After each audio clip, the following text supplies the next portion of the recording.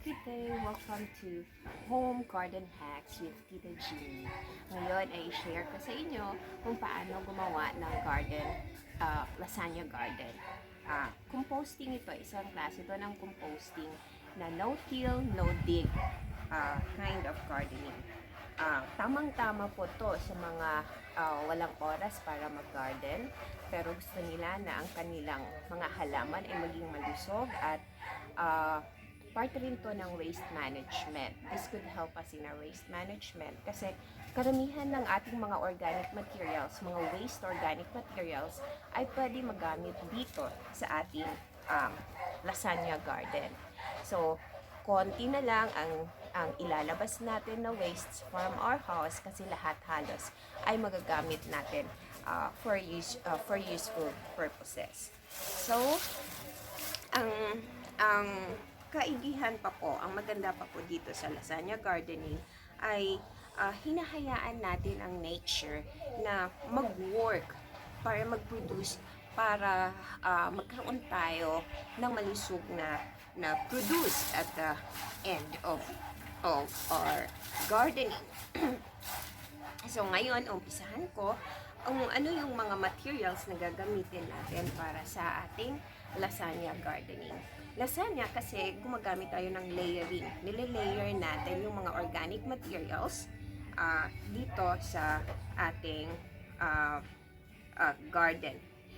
Ito ay ginagawa ko kasi nagpe-prepare ako ng bed para sa aking carrots come September. Pag ready na ito, I will be planting carrot seeds here. So I got here drum. Ito ay 1/3 part ng isang buong drum kinat ng aking my dear husband para sa akin. Tinanggal ang sa ibabaw pati sa ilalim.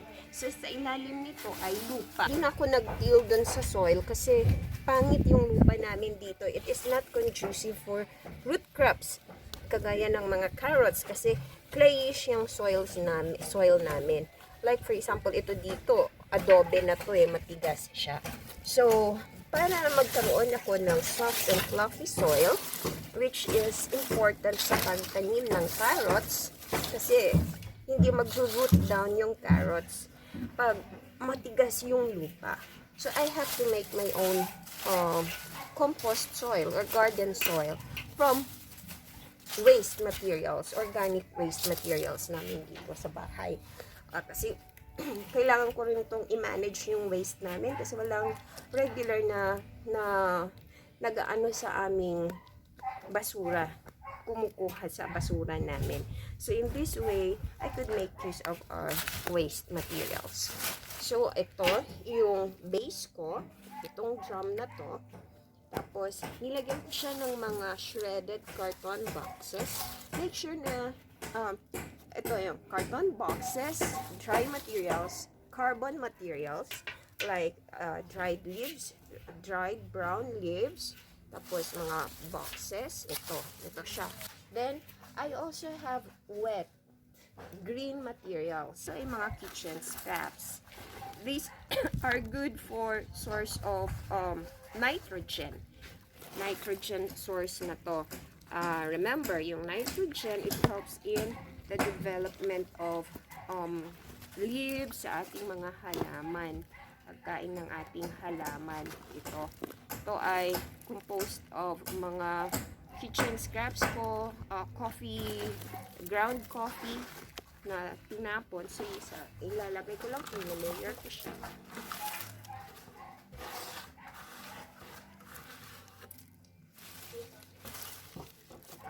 Layer. And then, ito, mga leaves, fresh leaves. So, if you have grass clippings, pwede mong ihalo dito, isama dito. I-layer mo siya, mga grass clippings.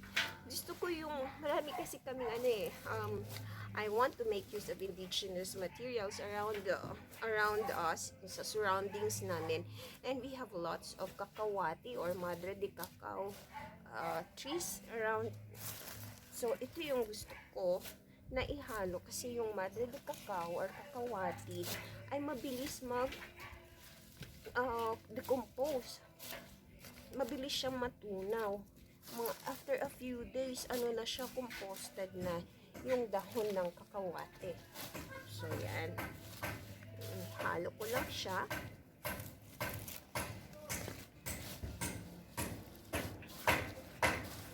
Okay. Right away. And I also have another one here. May EMAS solution ako. Ito ay effective microorganism activating solution. Kung wala kayo nito, pwede tubig. Ilagay natin. Pwede ang tubig. Ang maganda rin dito sa EMAS, ang iyong mga basura, kunwari may basura, problema natin sa composting, di ba? Nangangamoy, maamoy. Lalo na pag mas madami ang iyong green materials or wet materials kaysa sa dry materials, ang tendency ay mangamoy. Mabaho siya. Kaya ang iba, lalo na pag medyo kulang sila ng space, ayaw nila mag-compost kasi yung tendency ay mangamoy ang kanilang compost. So, ito yung isang solution sa EMAS. So, kung wala naman, go ahead. So, make use of water. So, ano ang proportion? Usually, it's 50% carbon and 50% nitrogen.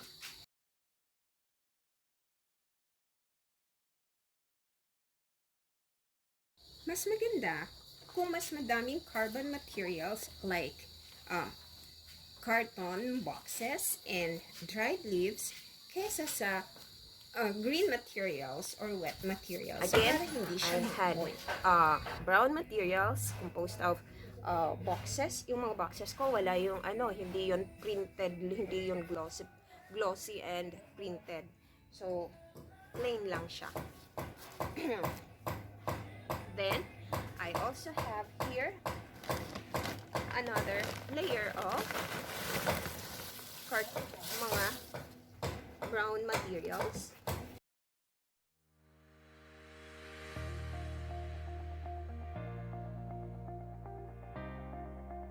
Already wet it. Okay. And then, you can just follow the same procedure kasi kulang na naman ako ngayon ng materials, ng waste materials ko. So, ngayon, itatap ko na lang muna siya ng earth.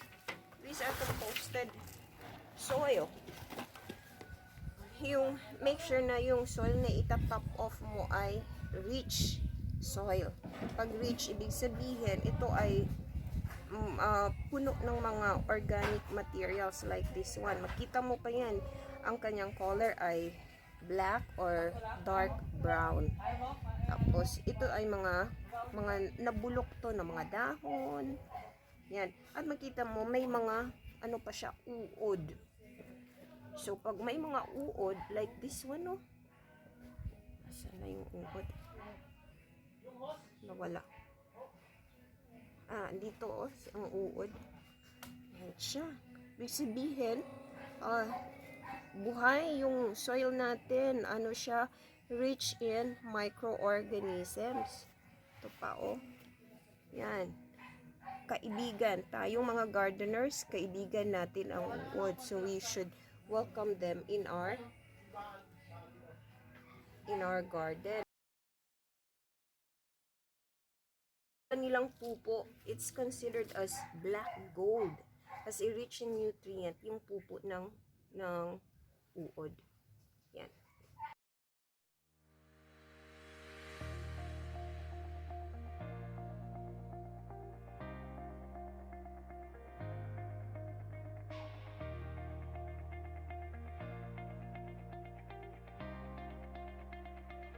Okay.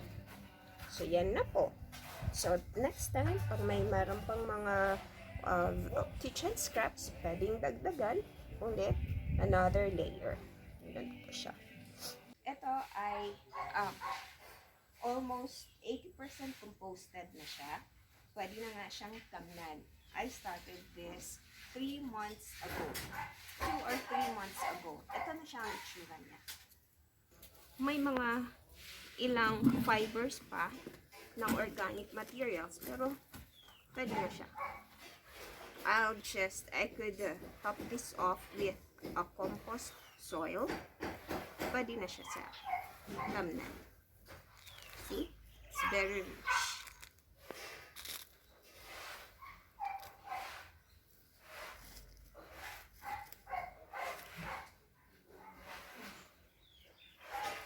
Okay na. Thank you, my dear friends, for watching my video.